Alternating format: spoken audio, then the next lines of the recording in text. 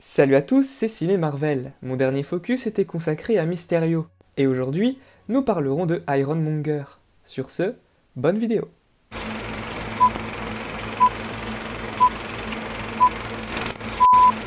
Obadiah Stane, alias Ironmonger, est un super vilain évoluant dans l'univers Marvel de la maison d'édition Marvel Comics. Créé par le scénariste Dennis O'Neil et le dessinateur Luke McDonnell, le personnage de fiction apparaît pour la première fois dans le comic book Iron Man numéro 163 en octobre 1982. Stane est une personne brutale et douée en manipulation psychologique, usant des faiblesses de ses adversaires pour les vaincre, et ce depuis son enfance. Mais il est traumatisé lorsqu'il voit son père se tirer une balle dans la tête à la roulette russe. Adulte, Obadiah devient un riche homme d'affaires et un vendeur d'armes dirigeant sa propre compagnie, Stane International, qui travaille en collaboration avec Howard Stark, le directeur de Stark International.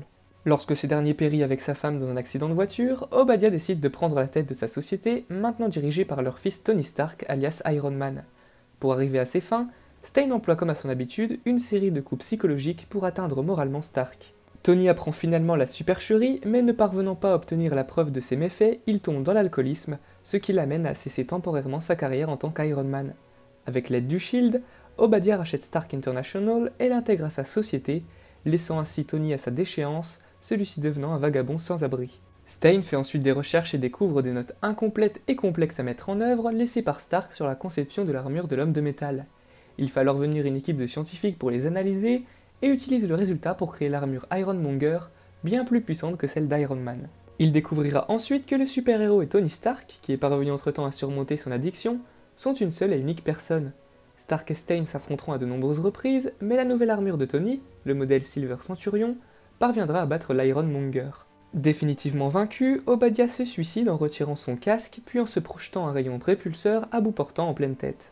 Obadiah Stane n'a aucun super pouvoir, celui-ci étant uniquement un génie intellectuel et ancien champion d'échecs, un expert en manipulation psychologique ainsi qu'un excellent homme d'affaires, n'hésitant pas une seule seconde à recourir aux moyens les plus illégaux pour parvenir à ses fins. En revanche, son armure d'Ironmonger lui confère une force et une résistance surhumaines, la capacité de voler dans les airs à grande vitesse, des rayons répulseurs et des lasers.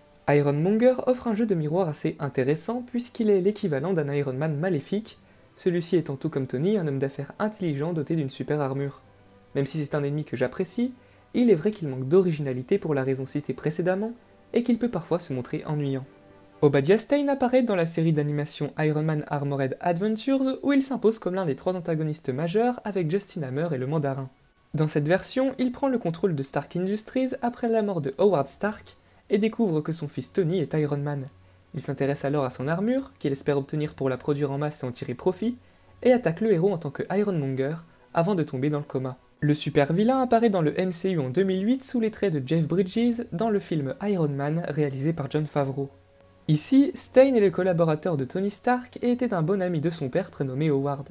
Après la mort de ce dernier, Obadiah devient le PDG de Stark Industries jusqu'à ce que Tony n'atteigne l'âge requis pour lui succéder. En colère et jaloux après avoir perdu ce poste qu'il aimait tant, il organise une tentative d'assassinat avec le groupe terroriste des 10 Anneaux contre Tony. Mais ce dernier s'échappe de la grotte dans laquelle il était enfermé en se fabriquant une armure qu'il perfectionnera par la suite. Lors de son retour en Amérique, Tony décide de ne plus fabriquer d'armes, un choix qui conduit Stane à recommander au conseil d'administration de Stark Industries de le démettre de ses fonctions.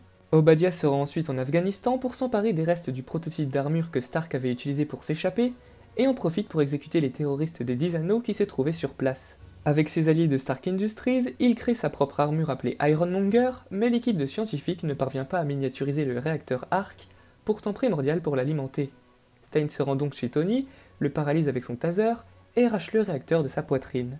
Son armure étant désormais parfaitement opérationnelle, le vilain s'attaque aux agents du Shield et à Pepper Potts, ceux-ci étant au courant de ses machinations. Mais Iron Man arrive in extremis pour sauver Pepper, et parvient à vaincre Ironmonger qui trouvera la mort au cours de l'affrontement sur le toit de Stark Industries.